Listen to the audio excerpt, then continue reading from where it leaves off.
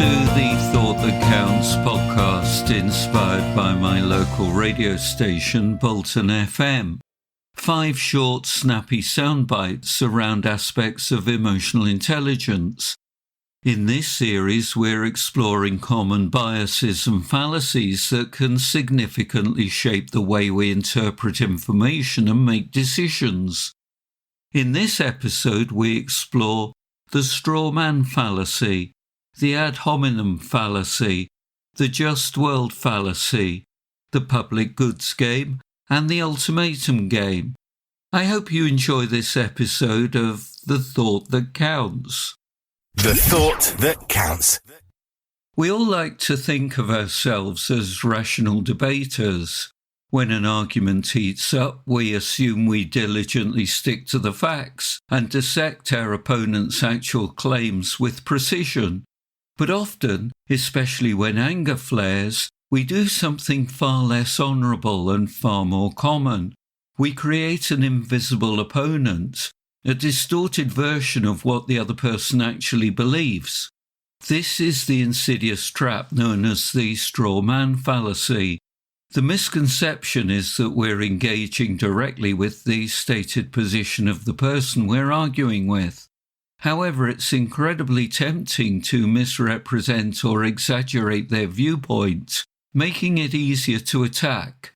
Instead of tackling their real argument, we build a straw man, a flimsy, easily defeated caricature of the actual points that they're making, and then we triumphantly knock it down.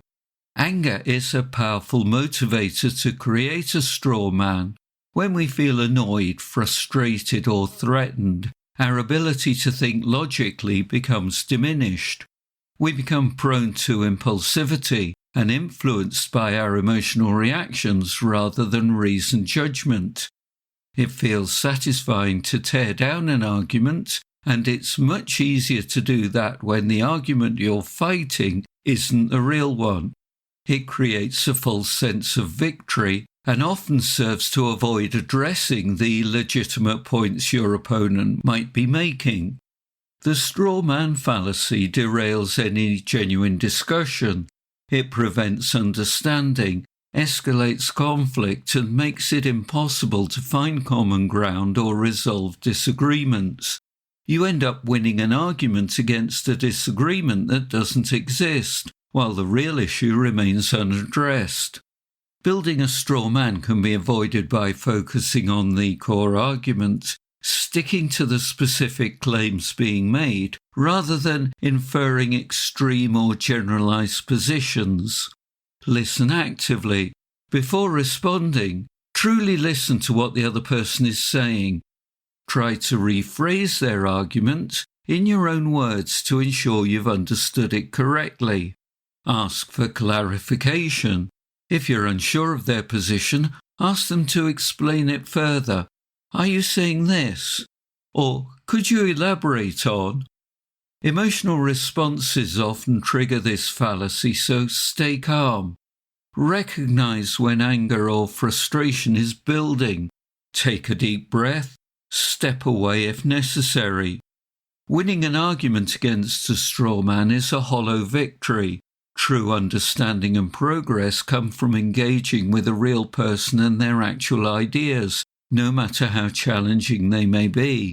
By recognizing the straw man fallacy, we can engage in more respectful and productive conversations, even when passions run high. Arguing with a straw man is like shadow boxing. It feels like a fight, but all you're doing is punching into thin air. The Thought That Counts.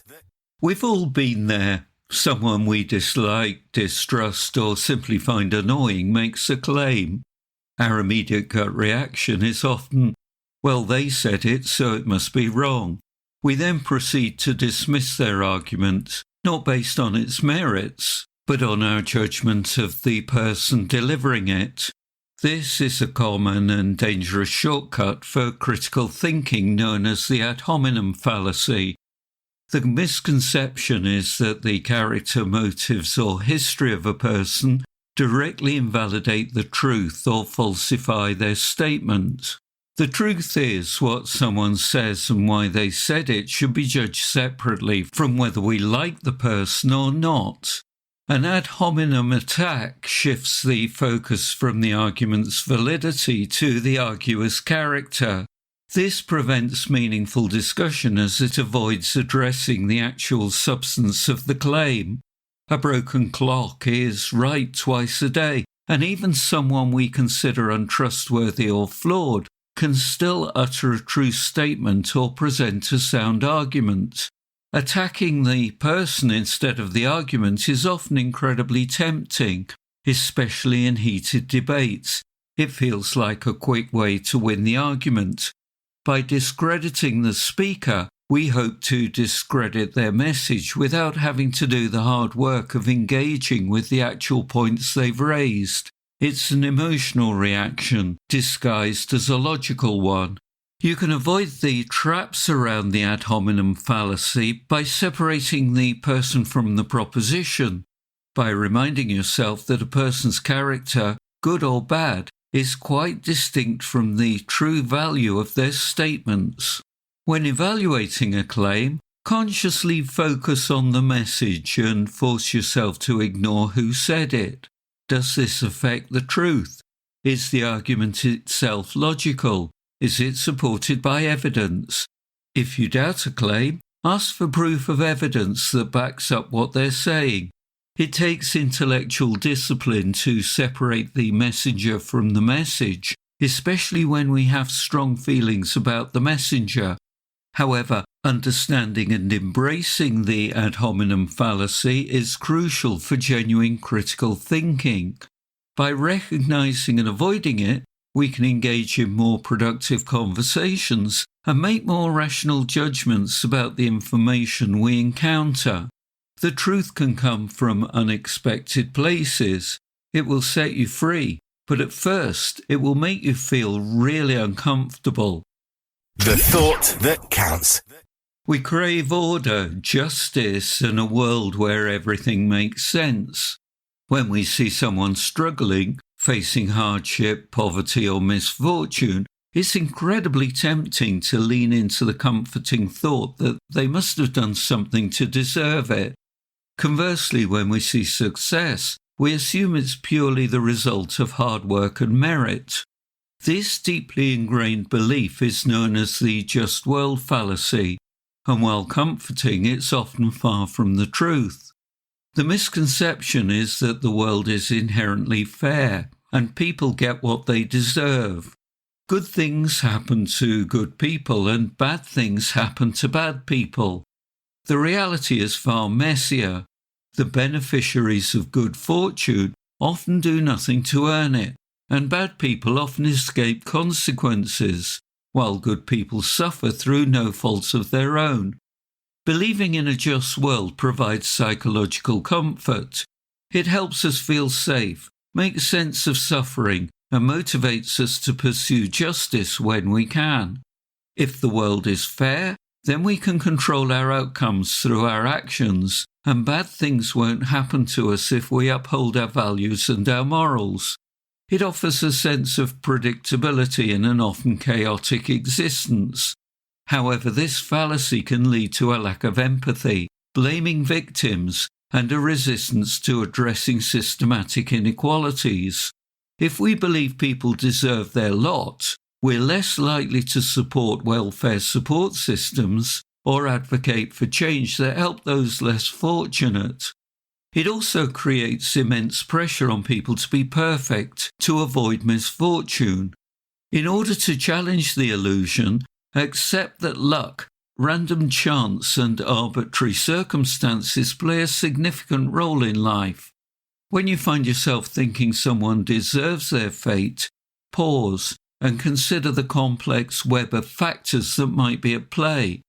Practice putting yourself into others' shoes through empathy, recognizing that circumstances beyond their control often shape their lives. Instead of judging why something happened, focus on what can be done to help or improve the situation. The world isn't always fair, and that can be challenging to come to terms with at times. But letting go of the Just-World Fallacy enables us to develop more genuine empathy, engage more deeply with complex social issues, and build a more compassionate society. It's about recognizing that sometimes good people face bad luck and bad people have good luck, and our job is to address the reality, not just believe in an ideal. After all, the only thing that makes life unfair is the delusion that life should be fair. The thought that counts. There's a strange myth about the perfect utopia.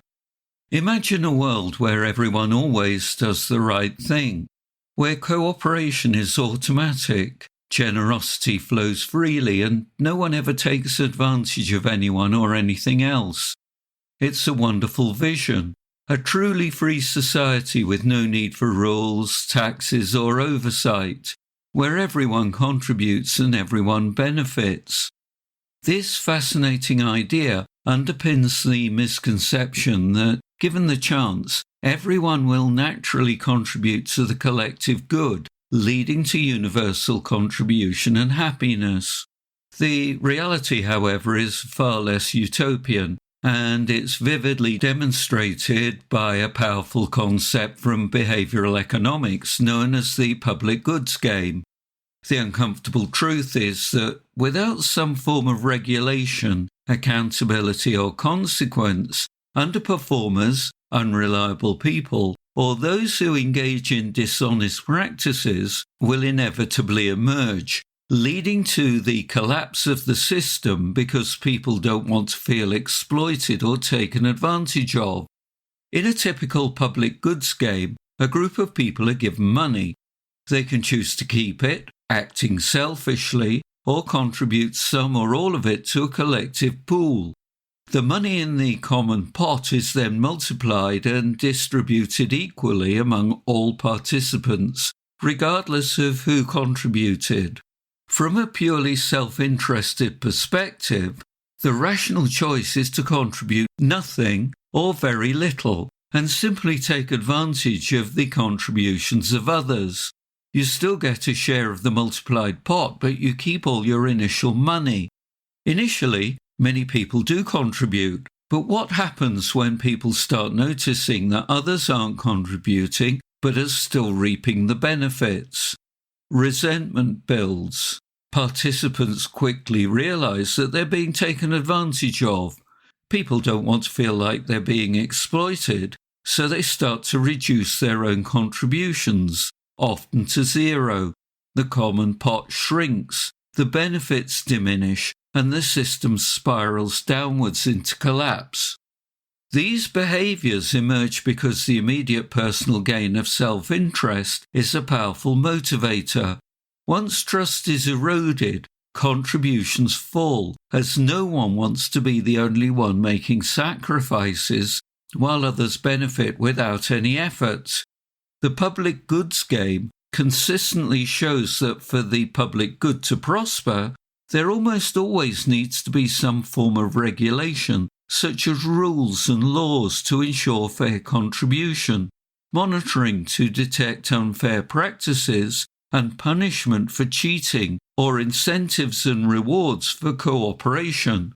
While the ideal of a perfectly unregulated, benevolent society is appealing, the public goods game reminds us of a fundamental truth about human behaviour. Without some structure to ensure fairness and prevent exploitation, collective efforts tend not to work. Understanding this helps us appreciate the vital role that thoughtfully designed regulations and systems play in creating genuinely beneficial and sustainable societies. In other words, good rules make life better, just like traffic lights and speed limits stop us from mistaking our morning commute for the Grand Prix. The thought that counts. We often think of ourselves as being rational negotiators. When an offer is on the table, a salary proposal, a price for an item, a division of tasks, we believe we carefully weigh the pros and cons, assess the true worth and consider the overall impact. We assume our decision to accept or refuse is purely logical. But what if, behind this illusion of reality, a powerful, often unspoken factor influences our choices, our perceived status? This unsettling truth is starkly revealed in a fascinating experiment known as the Ultimatum Game. The misconception is that we evaluate offers purely on their economic merit. The reality is that, especially when it comes to making a deal, our decision is heavily influenced by how the offer makes us feel about our status relative to the other person. Here's how it works. Two players are involved. Player A is given a sum of money, for example £100. Player A then proposes how to divide this money with Player B. Player B can either accept the offer and both get their shares, or reject it, in which case neither player gets anything. Logically, Player B should accept any offer greater than £0. Even £1 is better than nothing.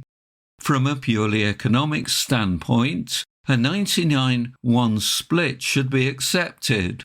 However, repeated experiments around the world show a starkly different reality. Most Player A's offer between 40 and 50%, for example £40 to £50. Most Player B's reject offers below 20 to 30%, for example £20 to £30. Player B rejects seemingly free money because of an underlying sense of injustice, which is fundamentally tied to their perceived status. An extremely skewed offer like £95 to Player A, £5 to Player B isn't just a bad deal, it's perceived as an insult. It's a statement about Player B's low value, their lack of power, and their diminished status in the interaction. Rejecting the offer, even though it means getting nothing, becomes an act of asserting self-worth and punishing the perceived greed or disrespect of Player A. It's saying, I'd rather get nothing than accept an offer that belittles me and is disrespectful. It isn't just a game, it plays out in our daily lives in negotiations, customer service interactions and team dynamics, when we feel we're being treated unfairly. People are wired to respond to fairness. Exploiting someone's perceived lower status often backfires. To master the ultimatum game, consider how it might feel to the other party when making an offer. Does it acknowledge their value? Don't just look at the number. As Player B, try to separate the objective value from the emotional sting of a perceived unfairness. Sometimes accepting a less than ideal offer might still be strategically wise, but it's hard to do. The ultimatum game is a powerful reminder that humans are not purely rational economic agents. Our emotions, particularly those tied to fairness, respect and rank within a social order, all play an enormous role in our decisions. Understanding the hidden influence of status can make us better negotiators, more empathetic colleagues, and ultimately more realistic observers of human behaviour. And if all else fails, just remember, rejecting a bad offer is free, but holding a grudge about it, that's a lifelong commitment. My name's Robin Hills from EI for Change, empowering your emotional management. The thought that counts.